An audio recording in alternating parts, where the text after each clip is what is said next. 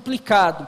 Mas eu estou falando tudo isso para quê? Para te incentivar a assistir a pregação de domingo passado, porque a de hoje é uma continuidade. Por mais que eu vou tentar fazer um resuminho, e eu não vou perder tempo com esse resumo, porque senão eu não consigo ir para aquilo que a gente tem que falar hoje, mas que você saiba que isso é uma continuação.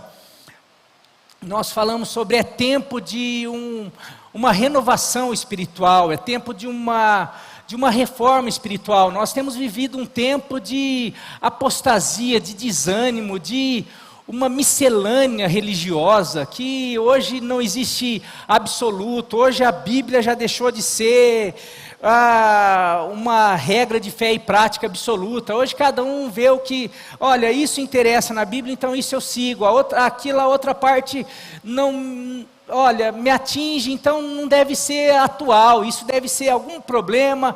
E assim você vai encontrar religião, você vai encontrar igreja, você vai encontrar todo tipo de fé para você seguir.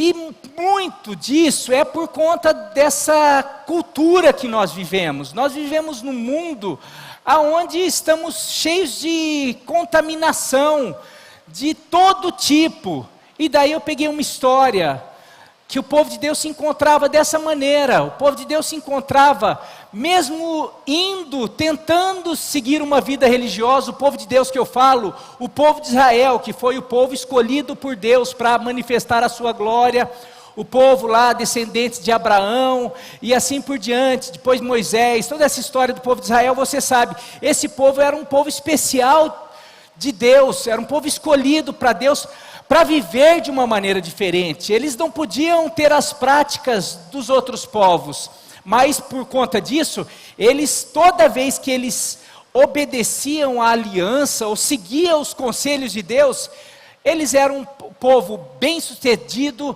em todas as áreas. Eles eram vitoriosos em guerra, eles tinham a melhor colheita. Deus abençoava por causa da sua aliança que ele fez com Abraão, depois que ele confirmou no Sinai com Moisés. Então toda vez que o povo andava nos caminhos do Senhor, aquele povo era muito abençoado. Mas quando começava a sair, quando começava a desobedecer, aquele povo começava a ter problema. E num determinado momento da história, no reinado de Josias, que se encontra nos textos, queria perguntar se alguém leu essas histórias, porque eu não vou ler, porque são muitas. A história do rei Josias se encontra em 2 Reis, capítulo 22 e capítulo 23, e também relatada em 2 Crônicas, capítulo 34 e capítulo 35.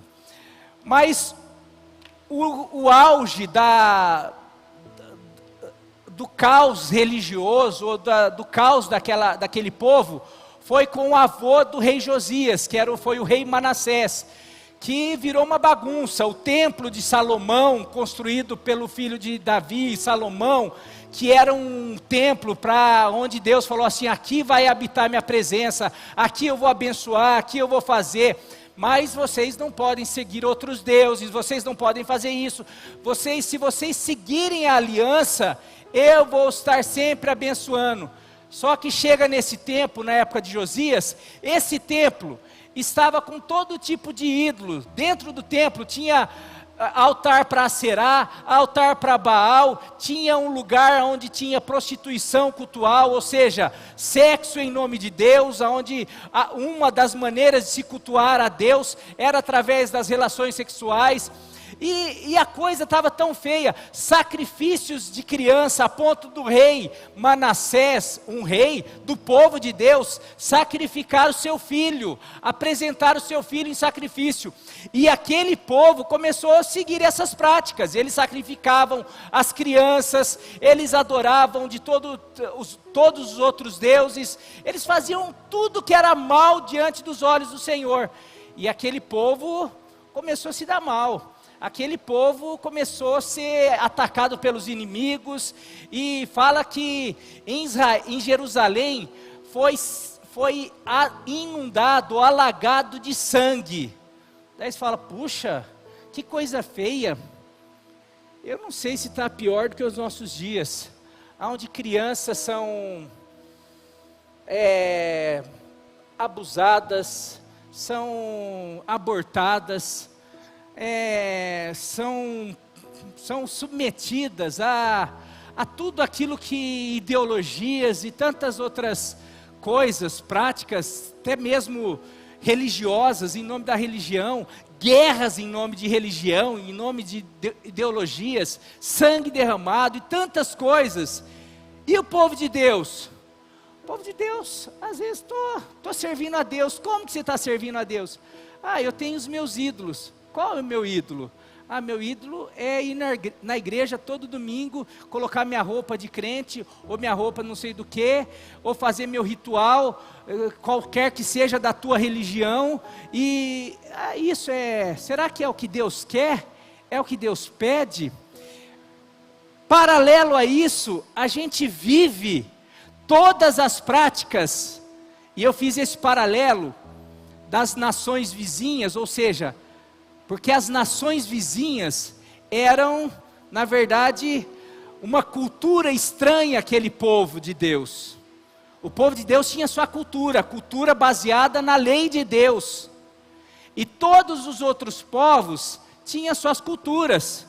Cada um seguia uma cultura, achava que o Deus era o sol, o outro achava que o Deus era o Deus bezerro, outros, cada um seguia, cada um levantava os seus ídolos. E por conta disso, Deus deu uma ordem. Deus deu uma ordem. Se você quiser relembrar como que estava esse momento que nós vamos falar, se encontra em 2 Reis 21, de 2 a 6, versículo 9, versículo 16, algumas coisas que eu comentei aqui. Mas tudo isso aconteceu porque eles não deram ouvidos aos detalhes das ordens de Deus, que era, desde quando eles foram tomar posse na terra prometida, qual era? Expulsem todos os povos estrangeiros da terra que eu dei a vocês, da terra prometida. Eu li vários textos, mas hoje eu quero ler só um texto para você recordar qual era a ordem, o porquê de expulsar todos os povos ali daquela terra. Êxodo 34, 11, do versículo 11 ao versículo 16. Eu vou ler na NVT. Diz assim: observe com atenção, porém tudo que eu lhes ordeno hoje,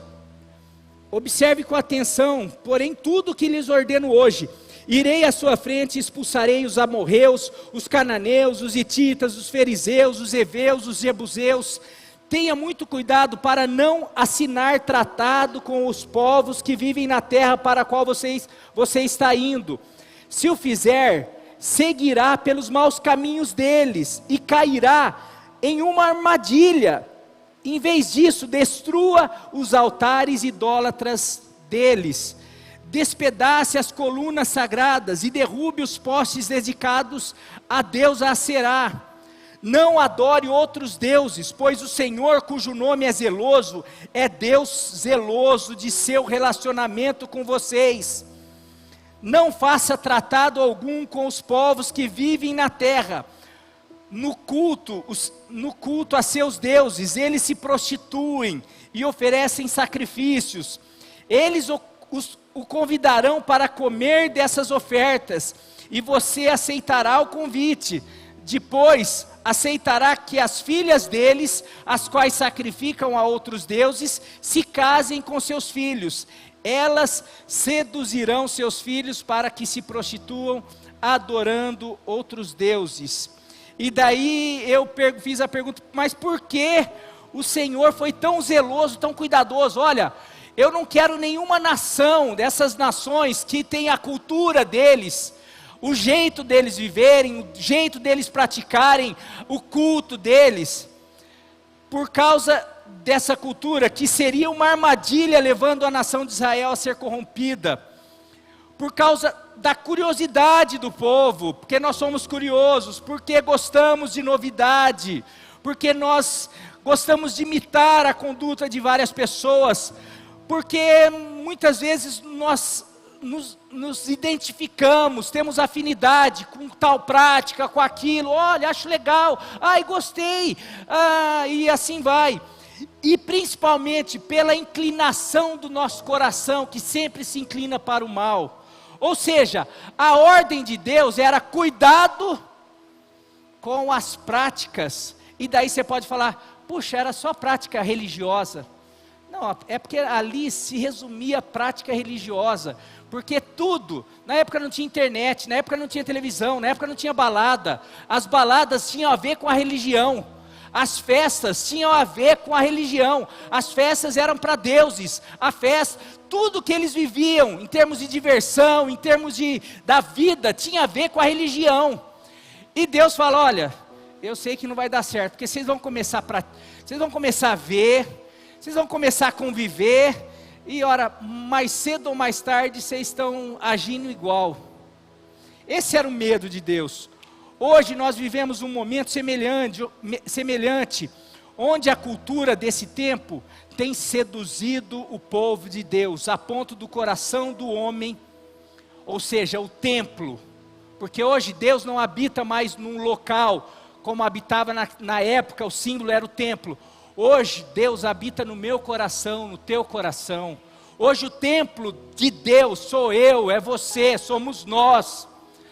E muitas vezes, na medida que nós vamos nos identificando e praticando e gostando de práticas da cultura, eu vou colocar pagã, da cultura mundana, da cultura que nos cerca, da cultura desse mundo, e vamos esquecendo de que nós somos o povo santo, a nação santa, o povo do reino.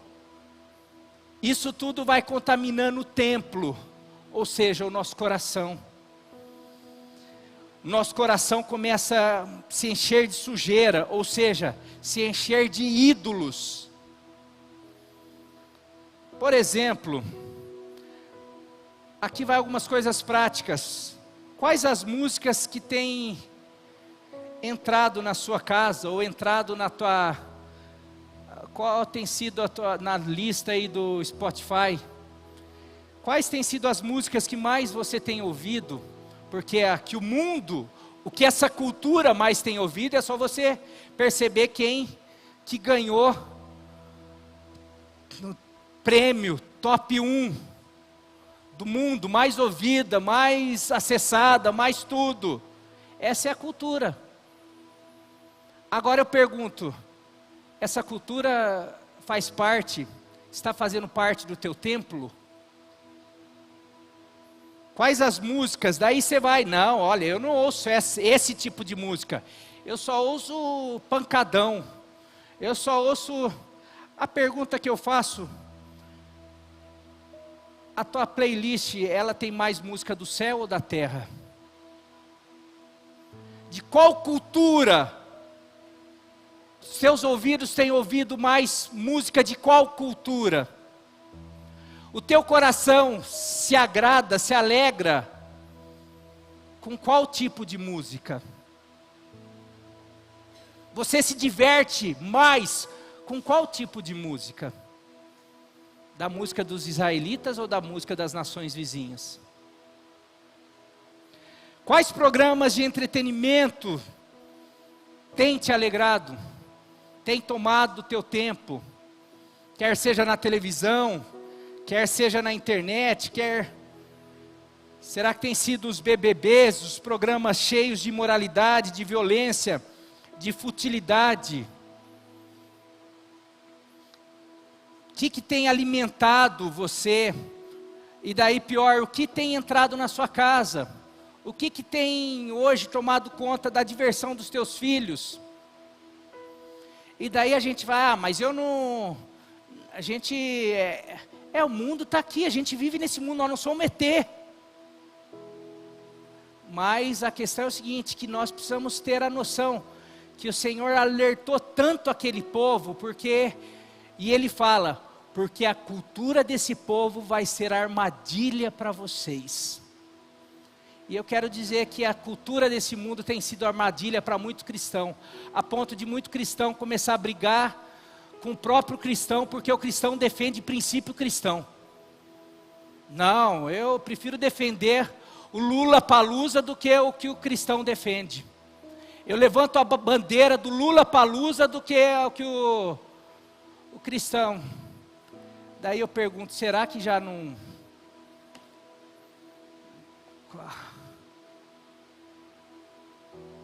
Faltam palavras para um pastor.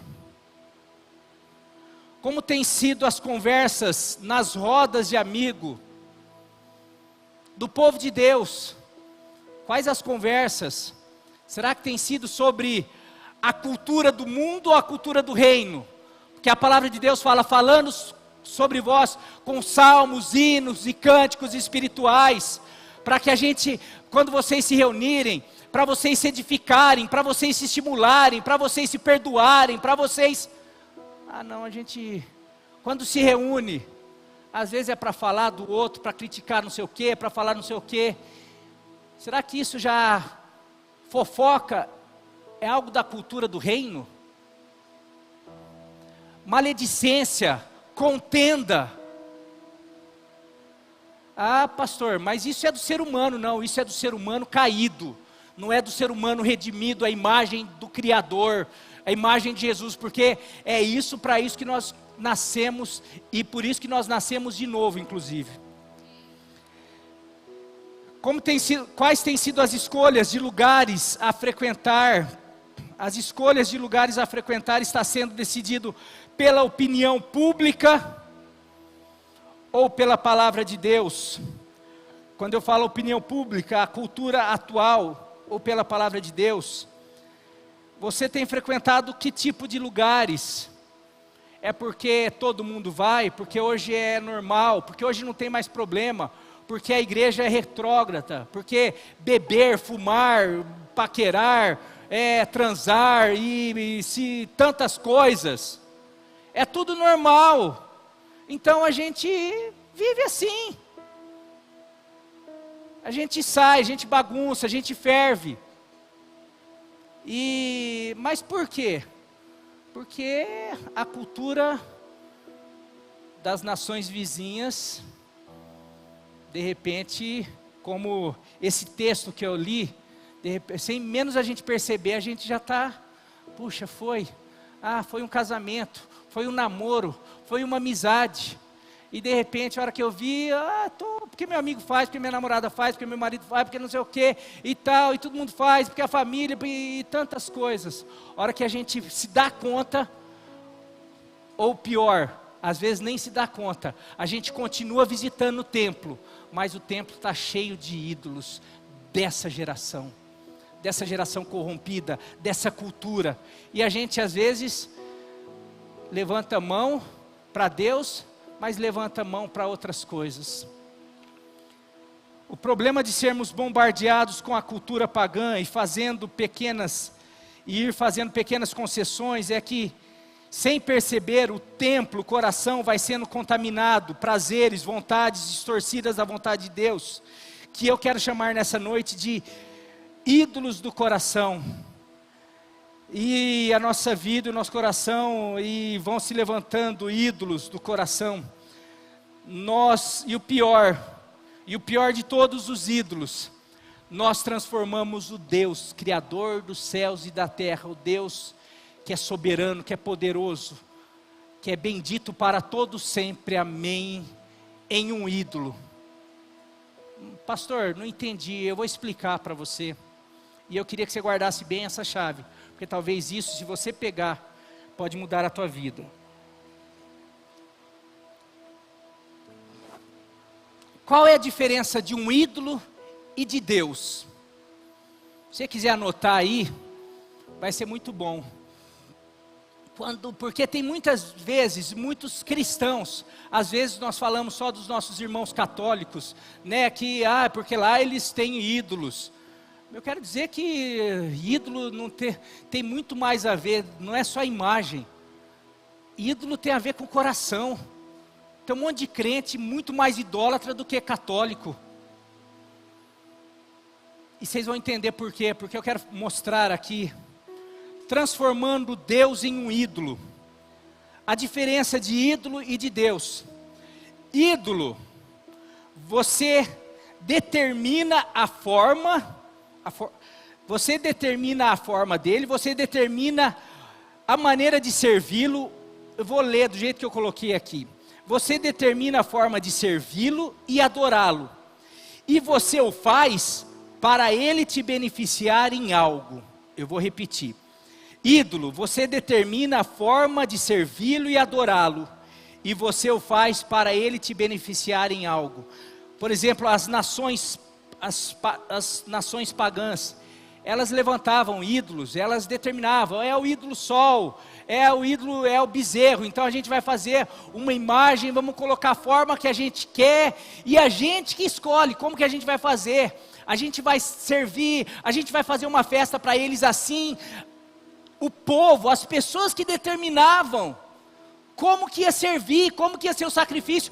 Nós vamos oferecer os nossos filhos para esses deuses, que na verdade são ídolos. Nós vamos nos cortar, para de repente esses deuses começar a se agradar de nós. Para quê?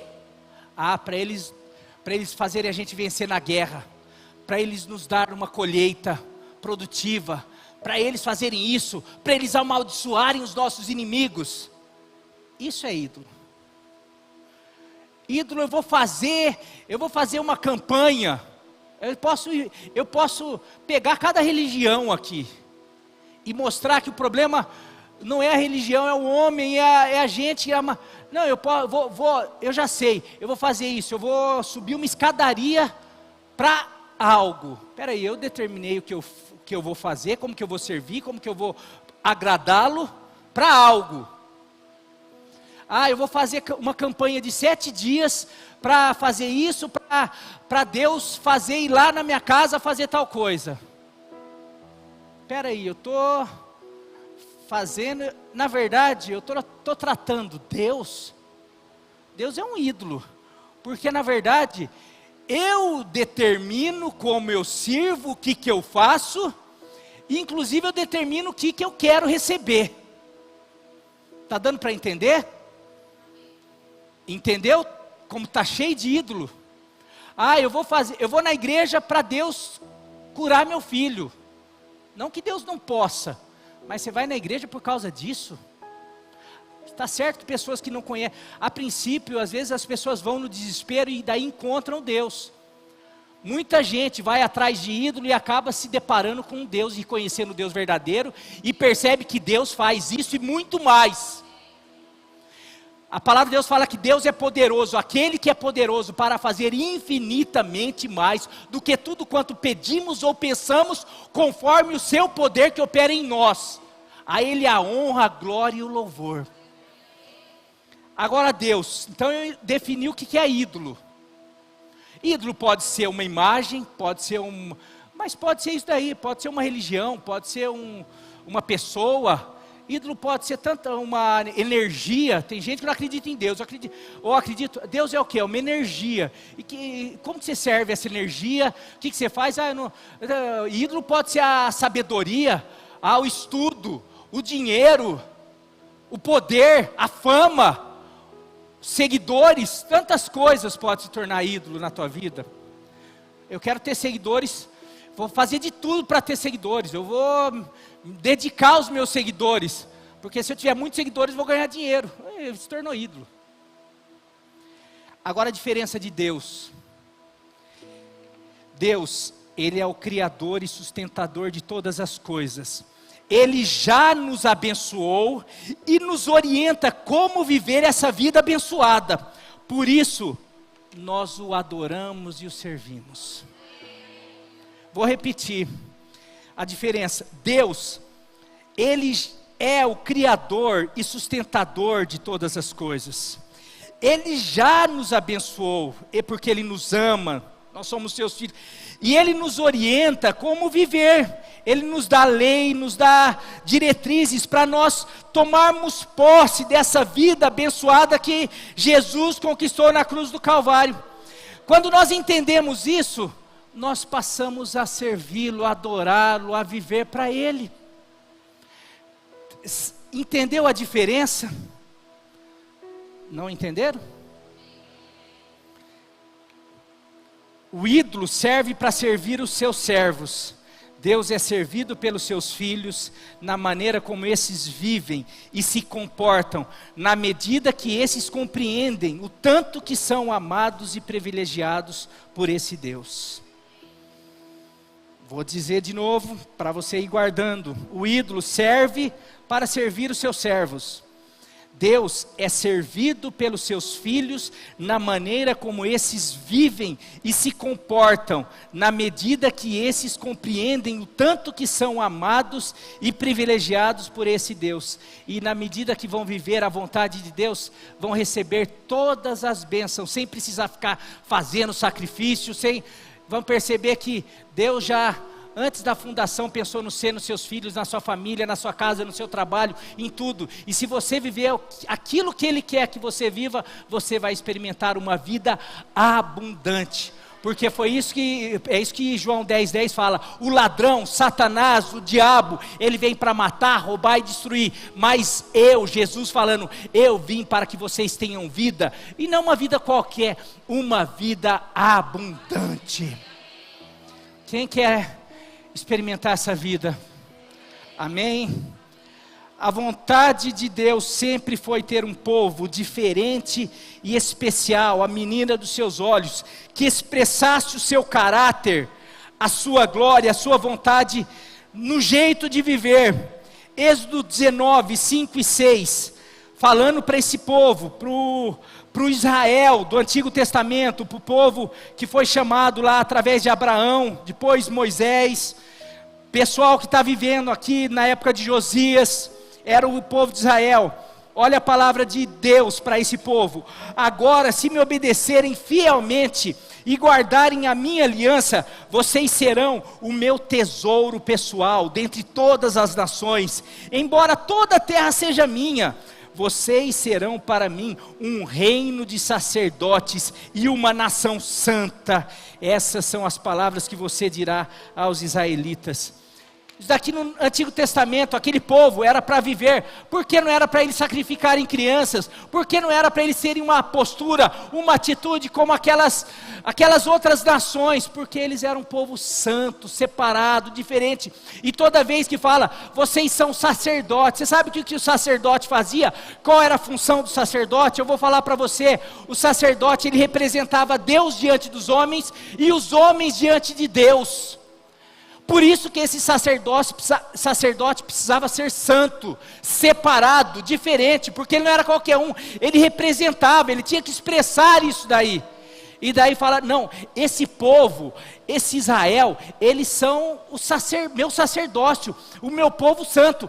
Na maneira como vocês vão viver, as outras nações vão perceber que eles não precisam de ídolos, que eles não precisam de deuses falsos, eles não precisam sacrificar seus filhos, eles não precisam de nada, porque eu sou o Deus criador dos céus e da terra, que os amo e quero manifestar a minha glória. E à medida que eles forem percebendo como esse povo é abençoado por causa da maneira como eles vivem e como eles se relacionam com o Deus verdadeiro, sabe o que vai acontecer? Essas nações vão querer ser igual a esse povo. Esse era o objetivo de Deus. Agora, você acha que esse objetivo mudou para a igreja? Vamos lá, 1 Pedro 2,9. Vocês, porém, são geração eleita. Isso era só para o povo de Israel? Não, agora 1 Pedro, depois de Jesus, na época que é falando para a igreja. Vocês, porém, são geração eleita, sacerdócio real, nação santa, povo exclusivo de Deus. Vocês vivem aqui, vocês têm que viver de uma maneira diferente. Vocês têm que lembrar que vocês são um sacerdócio real, uma nação santa. Vocês vivem aqui, vocês são um povo exclusivo de Deus para algo, para anunciar as grandezas daquele que os chamou das trevas, da maneira que todas as nações viviam. Vocês têm que agora expressar uma maneira diferente, uma maneira santa de viver. Porque se vocês viverem dessa maneira, vocês estarão expressando a grandeza de Deus. Vocês estarão expressando tudo aquilo que esse povo precisa. Vocês vão expressar que esse povo, para se divertir, não precisa de droga, não precisa de álcool, porque a gente sai, pastor, você é contra a diversão, contra prazer? De jeito nenhum. A gente brinca, a gente se diverte, a gente joga bola, a gente brinca de tantas as maneiras, a gente conta piada, a gente dá risada, a gente faz brincadeira um com o outro, a gente pratica esporte, a gente faz tudo. Não precisa de bebida, não precisa de droga. Mas e sexo? A gente tem sexo, a gente faz sexo com a esposa, com o marido, e de uma maneira especial, sem risco de doenças venéreas, sem risco de tantas coisas que têm acontecido, porque a gente pratica o sexo da maneira como Deus criou, o sexo santo, para ser, de alguma maneira, não trazer um monte de consequências que a gente tem visto o mundo se despedaçar. Pessoas destruídas com seus 19 anos, 20 anos, porque já se relacionou com 10 pessoas, e ela já está deformada, não sexualmente, na alma, já não tem identidade, ela, ele, não, porque é só mulher, não, homem que não sabe nem quem que ele é, e daí vai para um casamento, e daí começam os conflitos, e nem imagina por quê. Por que tem os conflitos? Porque a outra não é feliz, porque eu não sou feliz, porque a gente está vendo. Sabe por quê? Porque vocês deixaram de reparar nos detalhes das ordens de Deus, como aquele povo. A hora que vê, o coração está como, eu vou na igreja, eu sirvo, eu oro, eu faço, mas junto com isso tem um monte de altar no teu coração. Você não consegue deixar um monte de coisas, você não deixa as músicas, você não deixa a bebida, você não deixa a balada, você não deixa tantas coisas, a paixão por Deus está dividida. Eu vou na igreja, eu faço, eu trabalho para o Senhor. Mas eu não posso ver um copo de cerveja, eu não posso ver isso, eu não posso ver o pessoal se divertindo, os meus velhos amigos, ou os meus amigos atuais, mas que em vez de eu começar a influenciar, eles, com uma olhada, eles me influenciam. Sabe por quê? Porque eu não consegui derrubar altares ainda. Os ídolos do coração continuam aqui. E eu quero dizer que isso está cheio. O povo de Deus está cheio de altares do coração. Por isso que às vezes a igreja não consegue experimentar um avivamento, porque Deus não divide a sua glória com ninguém, porque Deus, Ele é um Deus zeloso pelo relacionamento. Ele sabia que a palavra adultério, que a gente usa, a primeira vez que foi usada adultério foi para mostrar esse relacionamento espiritual. O povo de Deus se relacionou com outros deuses, ou seja, o povo de Deus cometeu adultério. Não era daí depois veio o adultério para os seres humanos, para a esposa, para o marido, mas a primeira palavra adultério, palavra ciúmes, o João falou hoje aqui, Deus tem ciúmes de nós. Meu querido, se você quer e nós precisamos viver, são tantas coisas. Jesus fala em Mateus 13,14, que nós somos a luz do mundo e o sal da terra. Nós somos o sal da terra e a luz do mundo. Quando ele fala que nós somos o sal e a luz do mundo, ele não está falando do mundo cosmo, ele está falando do mundo humano, das pessoas. E quando ele fala que eu sou o sal e que eu sou luz, ele está falando que eu tenho que ser diferente dos demais. Eu preciso brilhar, eu preciso contagiar, eu preciso preservar. Mas para isso eu preciso ser diferente. Agora, como que eu vou ser diferente se hoje está tudo junto e misturado? Pastor, a igreja precisa maneirar, a gente precisa ser mais light. É com esse discurso que a gente está, porque esse discurso permeou a igreja, e daí aqui não é essa igreja, permeou o povo de Deus, desde lá da época. Não vamos expulsar, não, vamos deixar eles como nosso escravo, não, nós não vamos nos contaminar, é só uma conversinha, é só não sei o que, é só, a hora que vê, o meu coração está nisso. Por isso é necessário uma restauração espiritual, é tempo de uma restauração espiritual, é necessário uma limpeza no templo, É tempo de nos levantarmos como Josias, e Josias foi o maior rei faxineiro da sua história, e começarmos hoje, agora essa reforma. Queria ler um texto com vocês, 2 Crônicas 34, de 1 a 3. Eu vou mais um pouquinho, talvez eu vou deixar não para domingo que vem, que é Páscoa, mas talvez para outro domingo. Mas eu quero entrar só mais um pouquinho aqui. 1 Crônicas 34, de 1 a 3. Diz assim: Josias tinha 8 anos de idade quando começou a reinar. Olha, 8 anos. E reinou 31 anos em Jerusalém. Ele fez o que o Senhor aprova e andou nos caminhos de Davi, seu predecessor.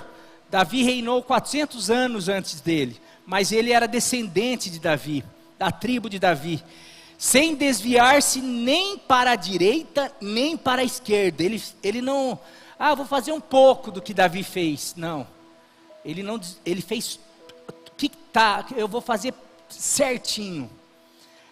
No 8º ano do seu reinado, ou seja, ele começou a reinar com 8 anos, no 8º ano, 8 mais 8, 16. Com 16 anos, sendo ainda bem jovem, ele começou a buscar o Deus de Davi, seu predecessor. No 12º ano, começou a purificar Judá e Jerusalém dos altares idólatras, dos postes sagrados, das imagens esculpidas e dos ídolos de metal. Se você continuar lendo, você vai ver a limpeza que Josias fez. Mas eu queria começar só hoje. Quais os passos que ele deu e que nós precisamos dar em meio a essa situação que eu trouxe um pouco, e você deve ter se identificado.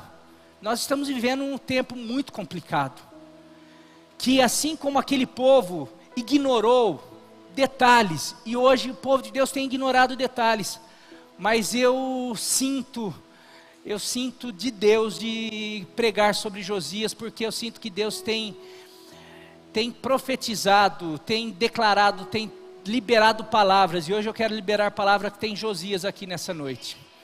Eu recebi de Deus assim, claramente, e depois no final eu vou falar, enquanto preparava essa mensagem, ele me levou para um texto que eu comecei a ler, nem imaginava isso daqui. Domingo passado eu não sabia disso que eu vou falar para vocês, mas o Senhor falou assim: Marinho, você nasceu para ser um Josias, você foi profetizado para o seu pai, para sua mãe, antes de você nascer. Você não sabia que esses dias, e quando eu falo esses dias, 2022, esse ano de 2022, Marinho será levantado para fazer uma reforma espiritual, para trazer um avivamento. Mas o Marinho não estará sozinho, porque também foi profetizado que vidas estarão se levantando para fazer isso em suas casas, na sua família, e juntos nós vamos atingir essa igreja, essa cidade, e quem sabe a região, quem sabe o mundo, porque pessoas como Josias se dispôs. Agora, quais os passos que Josias fez e que nós precisamos fazer? Primeira coisa, ele decidiu buscar o Senhor de Davi. Versículo 3, parte A: no 8º ano do seu reinado, ou seja, apenas 16 anos, sendo ainda bem jovem, ele começou a buscar o Deus de Davi, seu predecessor. Num tempo como esse, num tempo de confusão, num tempo de tanta falação do que é, do que não é, de coisas, de ideologias políticas, você vai para a internet e ouve um falando que tem que ser assim, tem que fazer isso, não pode fazer isso. Num tempo de tantas coisas, o que se pode fazer? A primeira coisa é você decidir, você se colocar, falando: Deus, eu quero te buscar. Com 16 anos você vai perceber, Davi foi um dos maiores reis de Israel. O que ele fez? Porque desde pequeno ele começou a buscar o Senhor. Daniel buscava o Senhor, José buscava o Senhor, Josias se pôs a buscar o Senhor. Nós queremos que a nossa casa tenha uma transformação só indo na igreja? ou às vezes nem indo na igreja. A gente quer que a nossa vida mude, mandando colocar o nosso nome na caixinha de oração de tal igreja. Nós queremos que as coisas, que a nação mude, você tem que votar em tal e votar em outro. Isso é responsabilidade nossa também. Mas a gente faz tanta coisa, fala tanta coisa, e esquece do principal, que é buscar o Senhor. Porque ele fala: se o meu povo que se chama pelo meu nome se humilhar e buscar a minha face, e se converter dos seus maus caminhos, eu ouvirei do céu, sararei a sua terra, perdoarei os seus pecados e mudarei a vossa sorte. Eu quero dizer que nós estamos precisando de ter a sorte mudada. A sorte do Brasil precisa ser mudada. A sorte da vida espiritual do povo de Deus precisa ser mudada. A sorte das crianças precisam ser mudada. A sorte das famílias precisam ser mudada. Mas o que eu e você temos feito? Temos que fazer hoje, tomar uma decisão que Josias tomou, começar a buscar ao Senhor. E eu quero trazer um relato para você. Josias estava sem a Bíblia, ou seja, sem a lei. A Bíblia, a lei, tinha sido perdida. De tanto relaxo, cada um faz o que quer, vamos servir tal Deus, vamos fazer aquilo. De repente, aquele povo que era o povo de Deus, tinha perdido a lei de Deus. As pessoas nasciam, não sabiam qual era a aliança, o que funcionava, o que não funcionava. Josias não tinha a Bíblia para, de repente, qual rumo que eu tomo? Tem muitas vezes a gente, eu tenho a Bíblia, mas eu não entendo, eu não sei, Josias não tinha nem isso que você tem, nem isso que você entende, mas ele decidiu algo: eu vou buscar o Senhor. E a palavra de Deus em Jeremias 29, 13 e 14, coloca aí na ARA, por favor. Jeremias 29, 13 e 14, na ARA. Buscar-me-eis e me achareis, quando me buscardes de todo o vosso coração, e serei achado. Se vocês me buscarem, eu vou ser achado de vocês, diz o Senhor, e farei mudar o quê? A vossa sorte. Esse Josias começou a buscar o Senhor com 16 anos sem a Bíblia. Ele falou assim: teve uma época, porque eu estou vendo que está um caos essa nação, eu estou vendo que está uma bagunça, mas eu sei que houve um rei, lá no passado, há 400 anos atrás, um rei chamado Davi, que até hoje a gente ouve falar dele, que ele matou um gigante, que na época dele ele conquistava, que ele fazia, mas que ele era um homem segundo o coração de Deus, que ele fazia toda a vontade de Deus. Senhor, não esses ídolos, eu quero te conhecer, Deus de Davi, Deus do meu pai Davi, eu quero te buscar, eu quero que o Senhor se revele a mim.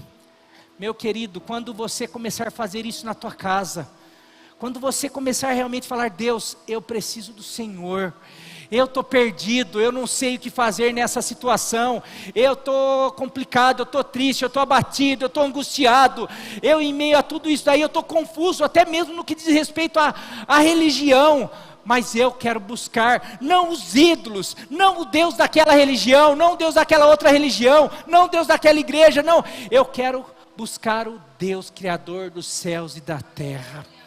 Eu quero buscar o Criador que me fez nascer, que fez o Murilo nascer, que fez cada um de nós nascer, e fala que antes de nós nascermos, Ele já nos conhecia, Ele nos conheceu antes na eternidade, antes de nós nascermos, Ele falou: o Marinho vai nascer para algo, e quando eu me sinto abatido, confuso, eu vou ficar procurando conselho de tanta gente, que hoje todo mundo tem verdade, as suas verdades. Não, eu vou buscar naquele que disse: eu sou o caminho, a verdade e a vida. Ninguém vai a Deus, a esse Criador, a esse Pai, a não ser por mim. Então, eu quero buscar e quero conhecer. E eu quero dizer, sabe o que vai acontecer? Sabe o que aconteceu com Josias? E não foi assim. Isso é o problema, que às vezes a gente começa a buscar. Pastor, busquei um mês, fui na igreja, faz 3 meses que eu fui na igreja 6 meses, ou comecei a orar, ou fiz isso, fiz aquilo, e nada mudou. Fala que depois de 4 anos dele buscando a Deus, ele começa a fazer as reformas, ele começa a entender, e acho que Deus começa a falar com ele, fala, olha, você precisa fazer isso, você precisa quebrar esses ídolos, porque eu não sou esse ídolo, eu não sou assim. E daí ele faz algo, ele começa peraí, Deus, o Deus de Israel, tinha o templo era o símbolo, ele vai para o templo e começa uma reforma no templo, porque ele começou a fazer uma reforma na cidade, nos lugares, quebrar os altares, e daí você começa a ler o texto, você vai ver o que ele fez. Ele começou a destruir todos os altares, para Baal, para Aserá, matar aquelas pessoas que induziam ao sacrifício das crianças. Ele começou a fazer uma reforma, daí ele falou assim, puxa, estou fazendo tudo isso nas nações, eu vou lá para o templo, porque eu quero reformar o templo. Enquanto ele reforma o templo, paralelo a buscar ao Senhor, e daí vai para o templo, e o que ele acha? Quem conhece a Bíblia aí, o que ele acha? Ele acha a lei, ele acha a Bíblia nossa hoje. E quando ele acha a Bíblia, o pessoal leva para ele, rei, olha o que nós achamos a lei. Fala que ele começa a ler, ele começa a chorar, ele começa a ver por que o povo estava daquele jeito, porque nós nos desviamos desse livro, porque meu avô fez isso, porque meu pai, porque ele rasga as vestes, ele começa a chorar, ele começa a se arrepender, ele começa a gritar, ele começa, Senhor, muda a nossa sorte, nós fomos ignorantes, nós fizemos loucura. 2 ensinos aqui. Primeiro, quando nós buscamos o Senhor, Ele vai nos conduzir a isso daqui. É impossível nós, hoje, e aqui vai 2 coisas, sabe por que aquele povo chegou naquele estado? Porque eles tinham ignorado isso, a ponto de perdê-la. Quero dizer que hoje no nosso tempo, nós temos perdido isso. A Bíblia hoje tem sido um enfeite nas casas, um enfeite na mão dos cristãos. Tem sido, na verdade, na internet, no celular, tudo bem. Mas você tem lido, você tem procurado, porque quando nós começamos a ler a Bíblia, você vai perceber que não é o que o outro fala. Eu vejo muita gente falando, os crentes, ou tal pastor, ou tal não sei o que, quer ser o dono da verdade, quer ser o representante de Deus. Não tem pastor representante, não existe homem representante de Deus, existe homens servos de Deus. Se nós somos donos da verdade, nós podemos mudar a verdade. Sabe quem é dono da verdade? É quem vai lá e fala, Deus é assim, assim, assado. Deus é amor, Deus não liga para isso, Deus não está nem aí com aquilo outro, Deus é não sei o que. Esse está sendo dono da verdade, sabe por quê? Porque ele está falando tudo ao contrário disso daqui. Isso é a palavra de Deus. Como eu sou servo da verdade, eu não posso fazer isso. Porque dono da verdade é quem muda a verdade. E nós não podemos mudar a verdade. As pessoas têm, cada um falando, sabe por quê? E infelizmente os cristãos, eles assistem, muita gente da igreja, assiste um programa de televisão, ouve um comentário, ouve um pastor que se desviou totalmente, falando, porque agora, é normal isso, porque agora, a Bíblia não fala, não condena isso. Começa a gente, lá, tá vendo? Eu sabia que Deus era, peraí, você vai naquilo que o outro está falando, sabe por que você vai? Porque você é preguiçoso, você não lê a Bíblia. A gente está cada dia mais preguiçoso. Agora, se você começar a ler a Bíblia, sabe o que vai acontecer? O próximo passo que aconteceu com Josias.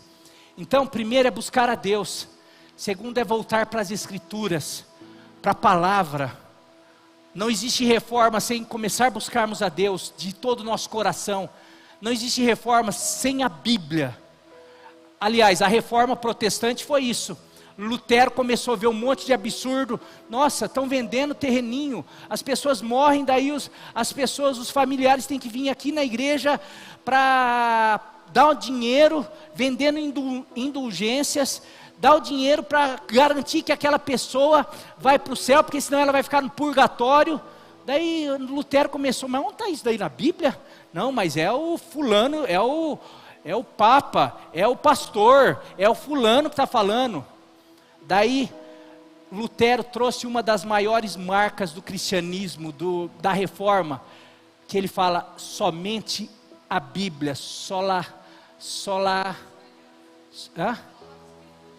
isso, só é em latim, sola escritura, somente a escritura, que ele fala o seguinte, a verdade não está no Papa, a verdade não está em mim, a verdade não está no pastor, a verdade, porque quando entra em mim, quando chega em mim, eu posso, eu pego o que eu acho interessante, eu pego não, a verdade não está no que o outro fala, no que aquela religião fala, no que aquele, não tá, a verdade está no livro. Foi essa a palavra de Lutero. Ele chegou, colocou a Bíblia na mesa, numa reunião lá, falaram, olha, vamos lá, não é a minha verdade, não é a tua verdade, não é a verdade da igreja, não é a verdade, é o que a Bíblia está falando. É isso. Josias, ele acha o livro, daí terceiro, depois que você se confronta com a Bíblia, porque você lê a Bíblia, e a Bíblia lê você, porque a Bíblia é viva e eficaz, é isso que Hebreus fala, e mais penetrante do que a espada de 2 gumes, que ela entra, ela vai fazendo divisão, ela vai mostrando, olha, você tem um ídolo aqui, você está errado aqui, você está contaminado aqui, e você é orgulhoso, você começa assim, nossa, mas está complicado essa Bíblia, daí, não, ela começa a ler, só que a gente tem duas opções, ou você começa a falar assim, a Bíblia está desatualizada, ou não sei o que, ou você pode ser igual Josias, falar assim, então é por isso que nós estamos vivendo nesse caos. Você pode ler a Bíblia e você vai descobrir porque o Brasil está como está, porque o mundo está como está, porque as famílias estão como estão, porque as crianças, porque os adolescentes, porque as pessoas estão como estão. A Bíblia vai mostrar, não precisa de um monte de estudo, estudo sociólogo, da sociologia, de tantos estudos aí. Lógico que isso é bom, é importante, mas a Bíblia, tudo que você descobrir, a Bíblia vai estar falando lá. Daí só que você precisa fazer 2 coisas. A hora que você se deparar com isso, o que eu vou fazer? Eu vou reconhecer e falar assim, Senhor, rasgar as vestes, chorar é sinal de arrependimento, de reconhecimento. Foi isso que Josias fez. A gente precisa buscar ao Senhor, voltar para a Bíblia.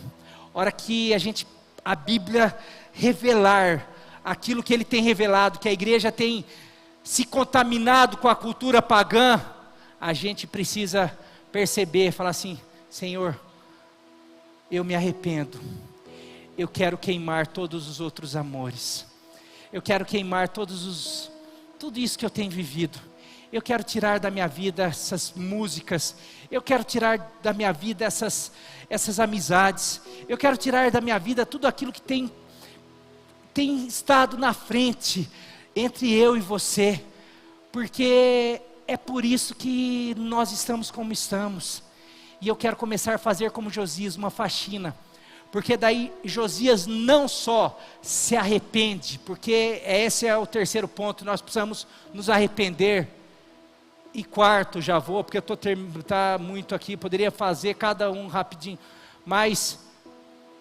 não só ficar, rasguei as vestes, num culto, fui lá, me arrependi, reconheço, e volta para casa, não faz nada. Olha, para terminar, o último texto que nós precisamos fazer,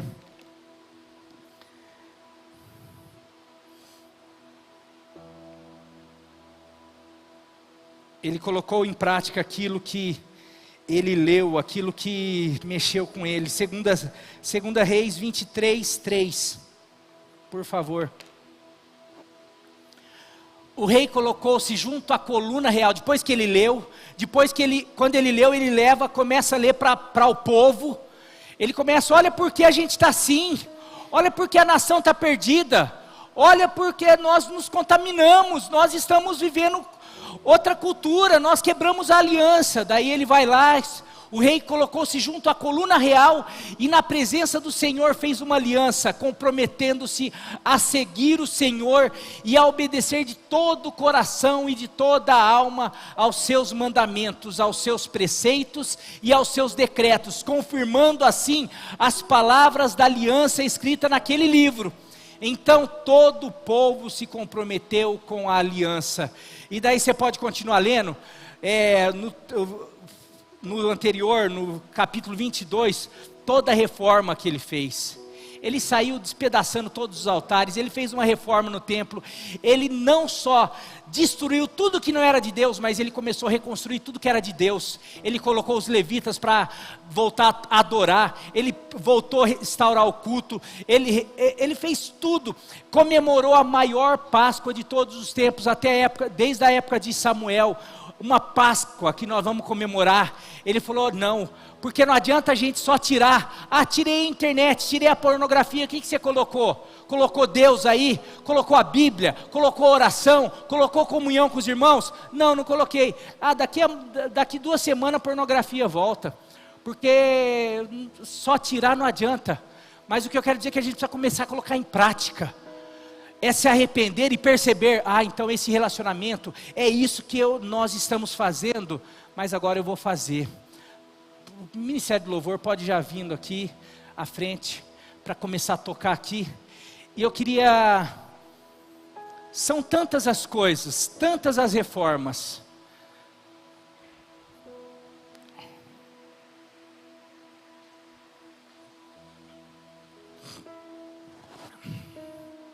que nós precisamos decidir.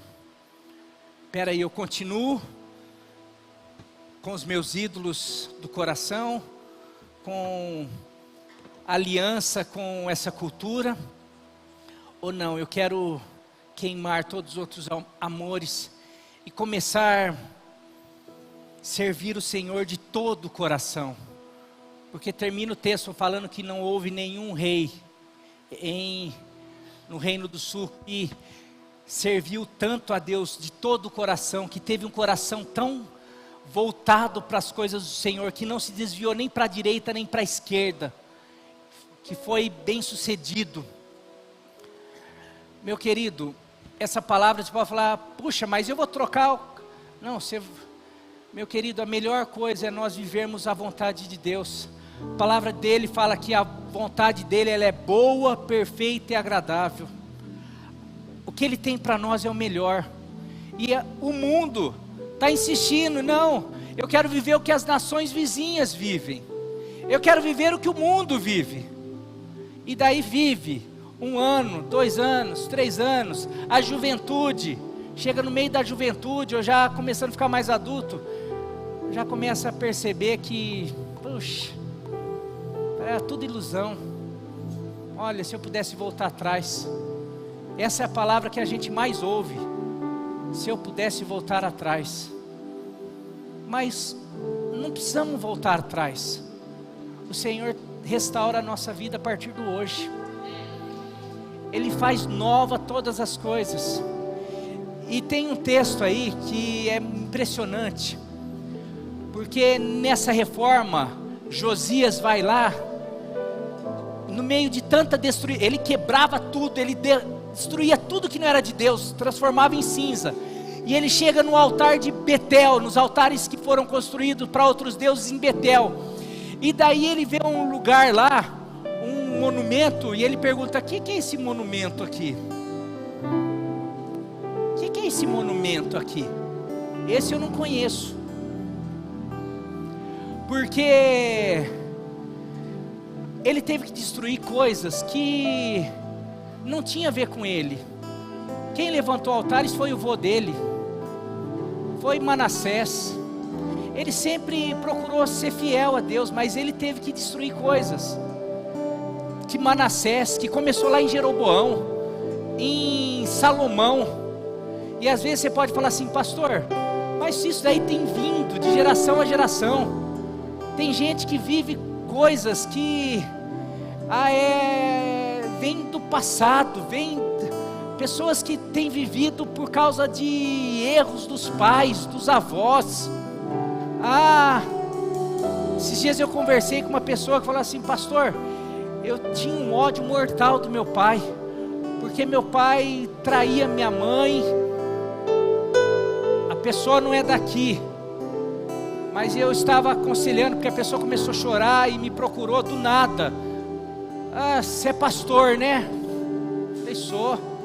Então, começou a desabafar tanta coisa que eu quase não conseguia assimilar, de tanta coisa e chorando. Mas daí o resumo é assim: eu tenho mágoa do meu pai, tenho ódio do meu pai, porque ele traía minha mãe, porque ele maltratava a minha mãe, e eu cresci com esse ódio. Mas hoje eu percebo que eu sou ele, porque eu traio minha esposa, maltrato minha esposa, perdi minha esposa, meus filhos todos têm raiva de mim. É algo que ele recebeu lá.